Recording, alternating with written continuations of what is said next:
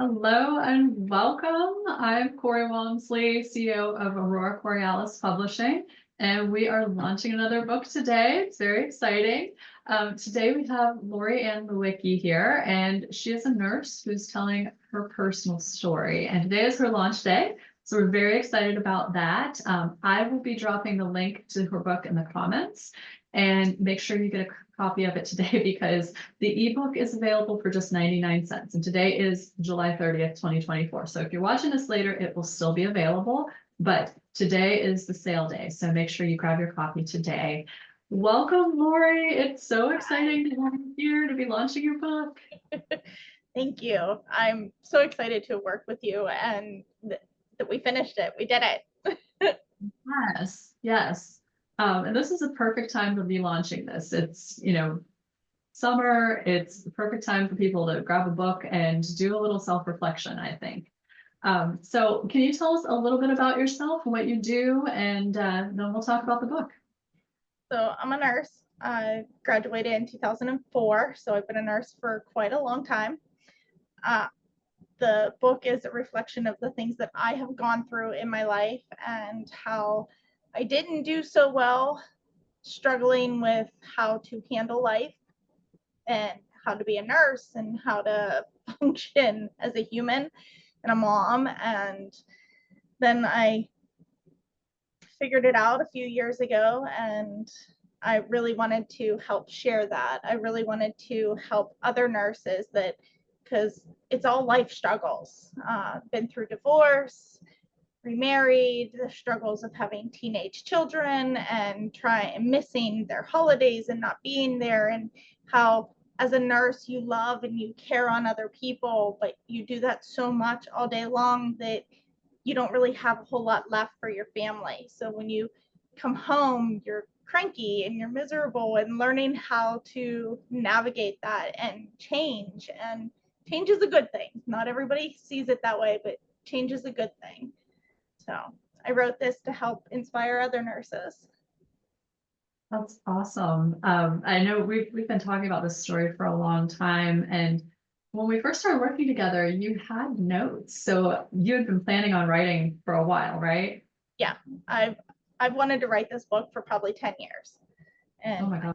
finally, finally pulled the trigger and said, we're doing this. I love that. What was it that made you think this is the time we've got to do this now? I was actually talking to you, and you said if you keep it in, nobody's going to be able to use it. But when you tell your story, it'll be somebody else's survival guide. And as a nurse, that hit me hard. That was like, oh, because that's my whole being. That's what I do. I help other people. So knowing that this was a space that I could actually help other people on a different level than just going to work every day was what really pushed me to like, you got to do this. Yeah, I love that. I love that there was something I said that kind of my gear too. So you talk about a lot of different challenges, and you kind of mentioned them, divorce and being sick, and trying to raise children, and all of these things. Do you think it's fairly common for other nurses to be going through all of these kind of things too? Maybe not all of them, but at least one or two of them throughout their career. Yeah. Okay. I definitely had that's the title, Surviving Shit Creek, because it was a pretty shitty year. There was about 13, 14 months that really hit me hard at life. And I really did not know how I was going to survive, how I was going to get through. And there was a time that I really remember literally digging under the couch cushions in the car looking for coins just to have enough money to go buy a gallon of milk. I was struggling so bad. So I hope and pray nobody is ever that desperate and that bad. But I am here as a beacon of like, hey, if I can get through all of that, you can get through it too. Yeah. And what I love about this book is not just that you were like, here is this story, here's all this stuff that happened to me, but you also talked about some of the different ways that you were able to cope with what was going on. And from my perspective, it seemed like as you were going through things, you were also like, okay, how can I manage this? What can I do? And just some of the things you talked about in the book, it seemed like because you were building yourself up while this stuff was trying to knock you down, that was one of the reasons why you stayed, able to go through all these challenges. Can you just share some of the different things that you did to kind of keep building yourself up when you're getting chipped away at? Yeah, I read a lot. I really dug into like the self-help books and learning about me and how I did things. I did personality tests. I was accused quite a bit in my younger years that I had mental health issues. So I started reading all about those, about the different diseases. What could it be? Do I actually have that? Do I need to get help? Things like that. And I learned, I also did cognitive behavioral therapy with an actual therapist for a good couple years. I was going to see an actual therapist on top of that. And I really took everybody's advice and really learned how to accept constructive criticism, because I think that's one of the hardest things. You want to change, but you don't want to hear what you're doing wrong. Just as human nature, it's really hard to hear that, like, oh, you kind of suck at this. You should maybe do a little bit better. But because I was so beaten down, I was able to say, okay, I need to change something in me. I don't know what it is. And I learned how to accept that and really take other people's advice and go, okay, well, maybe I should change this and do this a little different, and just kind of tweaked it along the way. Yeah, I love that. And I think often our first reaction when we start seeing, all this crap is happening in our lives, we want to blame, we want to, push on someone else. But really, like, we do need to kind of step back and say, okay, what can I fix within myself that's going to help me either cope or get over it or stop having this happen? And I feel like, even if it wasn't those specific situations, that everybody goes through challenges where they end up in that situation. And hopefully by reading your book, they will be able to see things that they can say, oh, I'll try this, I'll try this, I'll try this, and then make sure that they are fortified. So if something does happen, it doesn't end up being a rock bottom moment. And I think that's a huge life lesson too. Like, everything doesn't have to knock us over completely. There can be things that are hard. And because we're building ourselves up and reading books like Surviving Shit Creek and, all these kind of things, that does give us, like, some strength to be able to get through. One of the things my mom always said was, things will always be better. It'll always get better. I know it's really crappy right now, but it will get better. So I always had that in, like, the back of my mind, that I just always truly believed that things will get better. I was listening to K-Love radio back then, and I still do now, but one of the things somebody said on there was, life is 10% of what happens to you, but 90% of how you react to it. And that quote hit me very early on. So I kind of carried that through of, like, okay, all of this stuff is happening to me, but how can I take that? What can I learn from it and do better next time? Yeah. I think just from working with you and talking with you, I think that, as we were going through these things, it really helps to be a listener. There have been several times you've said, like, I heard this and it clicked. And it's not just hearing it and letting it click, but it's also that, like, the awareness and then the motivation. So I love that was a huge thing in your book, was having awareness and then being motivated to change things. And you talk about different things along the way that motivated you to change. I know you even credited an ex-boyfriend who did something completely stupid, and you were like, you know what, that gave me a moment there. Yeah, So, I do still try to learn something from everything. yeah. Yeah. And you touch on so many different points in your life that, throughout your adulthood, that I think they were very interesting to me to read, not only because, I love getting to peek at other people's lives and learning about them and, what makes them who they are, but also, I think it's interesting because, these are challenging things in our lives. And when I work with people, they're writing about some really challenging times. What was it like? What was it like for you writing about some of these difficult times? Let's start with that. I feel like it was very cathartic. It was very releasing of like, I'm no longer holding in all of my shame and everything. Like I'm putting it out there. I'm letting, because when you hold it in and you keep it in the dark, it's like a wound. It festers and it grows and it gets worse. And then you start having all this self-doubt and you start thinking how you're a horrible person and things like that. So my thoughts were, if I put it out there and I let the light shine on it, it'll dry up and it'll get better. And that was kind of the thoughts behind it of let the light shine on it and let it heal. Yeah, I love that. And, for anyone who's watching, if you're thinking about a book, obviously that's great advice. But also, if you're not at that point, I know we touched on this earlier on. Lori had been kind of taking notes along the way. Absolutely sit down and journal, be writing out some of these thoughts and get them out of your head, because if they're stuck in your head, you're just letting that wound fester. But if you're getting them out, it feels so much better. Yes, it does.